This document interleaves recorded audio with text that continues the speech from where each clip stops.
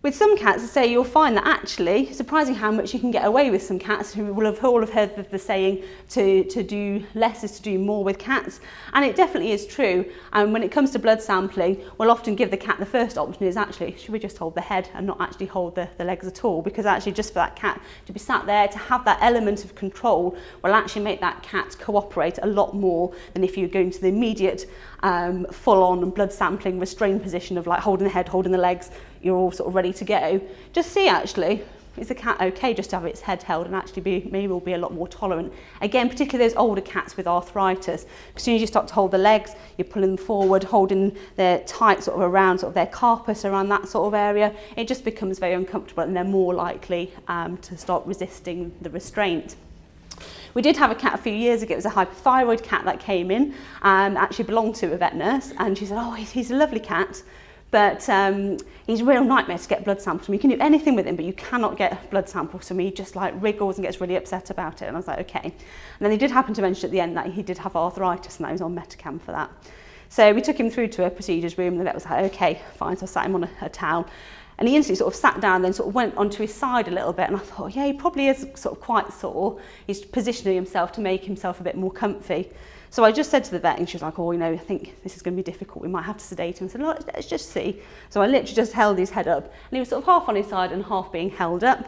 And we literally clipped him, got the blood sample absolutely fine. And I think it's because, as I say, automatically you think, okay, we'll take bloods, get them into the normal position. But actually for that cat, it's really uncomfortable. He wasn't happy with it at all. So working around them, even though it's not in the most ideal position, can be a lot more successful than trying to do it in the bog standard way each time. So I've bled cats in all different positions, you know, sometimes on the floor, sometimes on my stomach, sometimes from the side, all different sort of ways. But actually, if it means that cat's more comfortable and is going to sort of stay still for longer, then so be it, really. So for cats that do need a bit more restraint, so this is probably our sort of bog standard cat holding position for blood sampling. Again, you probably think they all look exactly the same, but there are again slight different subtleties which make it sort of more successful, give you more control over the cat without actually having to use more restraint. So my favourite one is the one in the middle here. And the reason for that is if we take the first one here, the first one is holding the cat in the middle of the table. So you've got a table here, you're holding the cat that way. And that is okay, apart from you've got quite a big gap either side here for the cat sort of to wriggle around and stuff, so you haven't got quite as much control over that cat as you might need. The other side here is actually, rather than hold it into the middle of a table, bring it to the end, an edge of a table. So you've got your body sort of parallel along where the cat is. And this time, the hand on the outside is going to hold the head, and your other hand is going to hold the legs.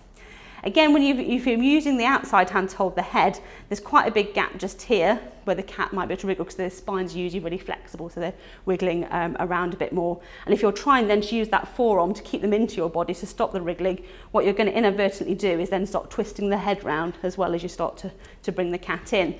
So again, it means that you haven't got as much control, and when you do start to try and get more control, it is a lot more difficult. So this one here is exactly the same as this one, but all we're doing is swapping hands. So rather than the arm around the outside holding the head, we're using that one to hold the legs, and then this one to hold the head instead. And that means then you can use this forearm to keep them tucked nicely into you, and you've got nice control over the head. So sometimes just by swapping your hands around does make it a lot easier and gives you more control without necessarily using more restraint. So this is just also a little video. Again, if you have got an extra person, sometimes it's hard to find an extra person, but if you can, just for a few minutes, then it does make it a lot easier in terms of trying to get a blood sample from that cat sometimes, because you need some restraint, but you don't want sort of to be pressing on them sort of too much. So we've just simply here got somebody just gently restraining the forelimbs, and then I've sort of got the head. This cat, again, was a hypothyroid cat, was sort of very reactive to having things done. So we wanted a nice, quiet environment and to go really nice and slowly with this cat. So we can see Charlotte here, who's taking the blood sample. She's also going really nicely and slowly as well, which is say sometimes difficult to. It's easy for us to say when we're trying to educate our vets that we're working with her or going at 100 miles an hour. It's sometimes working around just to slow down and not go so quickly with them.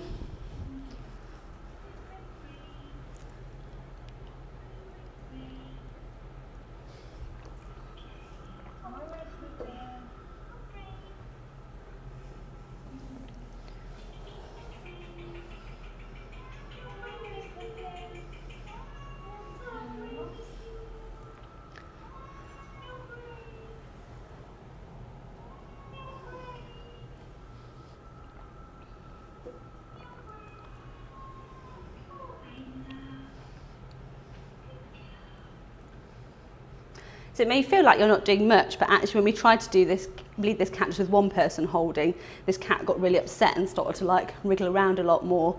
So actually just by doing this sort of gentler form of restraint, but having 2 people to do that, actually made this a lot more successful. And yes, she wasn't happy about it. You can see her tail swishing around a little bit and just giving a little meow.